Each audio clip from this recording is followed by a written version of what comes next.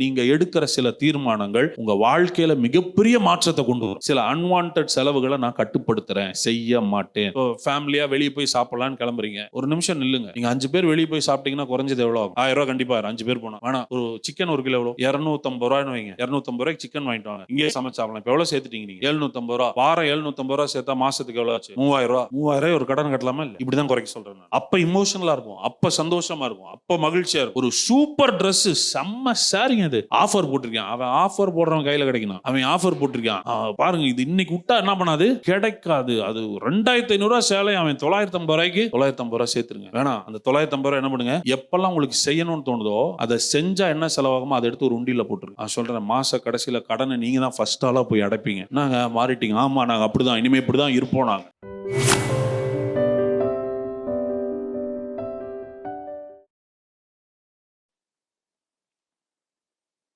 சிலருக்குலாம் எப்படின்னா, கடன் வாங்குறதே பழகிருச்சு, சம்பளம் வாங்குற மாதிரி. அவங்களுக்கு கடன் வாங்குறது சம்பளம் வாங்குற மாதிரி. நான் சொல்றேன், அதெல்லாம் மாறிடணும். அதெல்லாம் மாறிடணும். கடனுக்கு இன்னொரு கடன் வாங்கக்கூடாது. என்கிட்ட இருக்கிறத வித்தாது நான் கடன் கட்டுறேன், அடுத்த கடன் நான் இனி வாங்குவதில்லை. சரிங்களா? பாருங்க, இதுக்கெல்லாம் பைபிள்ல வசனம் இருக்குது. எப்படி நீங்க படிக்கும்போது அந்த வசனம் அப்படியே ஜம்ப் பண்ணி போயிருவீங்களா? நிறைய பேர் நீதிமொழிகள் வாசிக்கிறீங்கன்னு எனக்கு தெரியும். நான் பேசுறது எல்லாமே எங்கதான் இருக்குது?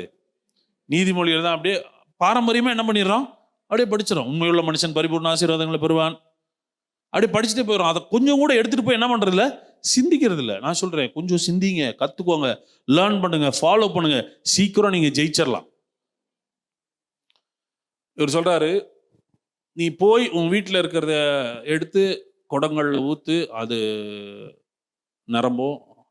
அதை விற்று யாருக்கு கொடு? கடன்காரருக்கு கொடுத்து தீர்த்து, கடன் என்ன பண்ணு, தீர்த்து மீந்ததை கொண்டு நீயும் உன் பிள்ளைகளும் என்ன பண்ணுங்கள், ஜீவனம் பண்ணுங்க. ஸோ இதுக்கு மேல என்னால ஃபோர்ஸ் பண்ண முடியாது. சரியா? கடன்ல இருக்கிறவங்க அந்த கடன் இஎம்ஐய, அதை அசலை வட்டியை கொடுக்கறதுக்கு என்னவெல்லாம் பண்ணலாம். என் வீட்டில் பாத்திரம் பண்ணோம் நிறைய இருக்குதுங்க, அதை நாங்கள் யூஸ் பண்றதே இல்லை, வித்துருங்க.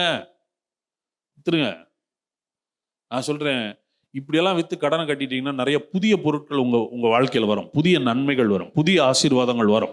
ஆண்டவர் உங்களை ரெனியூ பண்ணுவார், ஒரு நியூ பிகினிங் உங்களுக்குள்ள வரும், மிகப்பெரிய மாற்றத்தை நீங்க பார்ப்பீங்க. நம்ம என்ன நினைச்சுக்கிறோம்னா, இதுலலாம் தான், இப்போ நான் சொன்னேன்ல, இதுலலாம் தான் நம்மளுக்கு அடையாளம் இருக்குது. நம்ம என்ன வச்சிருக்கிறோம், நம்ம வீடு எப்படி இருக்குது, நம்ம கார் எப்படி இருக்குது, நம்மள்ட்ட எவ்வளோ நிலம் இருக்குது, இதுலலாம் தான் அடையாளம்.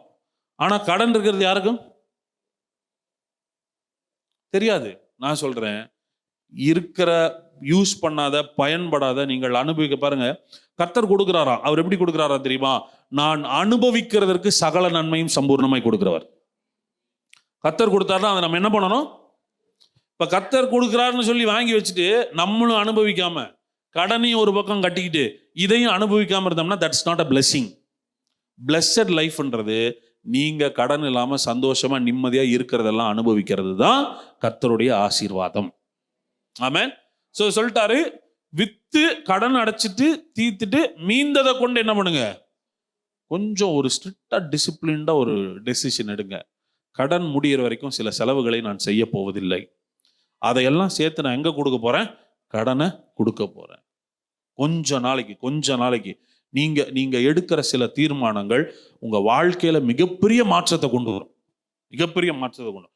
சில அன்வான்ட் செலவுகளை நான் கட்டுப்படுத்துறேன், செய்ய மாட்டேன். அந்த செலவு இப்போ ஒரு வேளை கிளம்புறீங்கன்னு வைங்களேன், இப்போ உதாரணத்துக்கு இப்போ ஃபேமிலியா வெளியே போய் சாப்பிடலான்னு கிளம்புறீங்க, ஒரு நிமிஷம் நில்லுங்க. நீங்க 5 பேர் வெளியே போய் சாப்பிட்டீங்கன்னா குறைஞ்சது எவ்வளோ ஆகும்?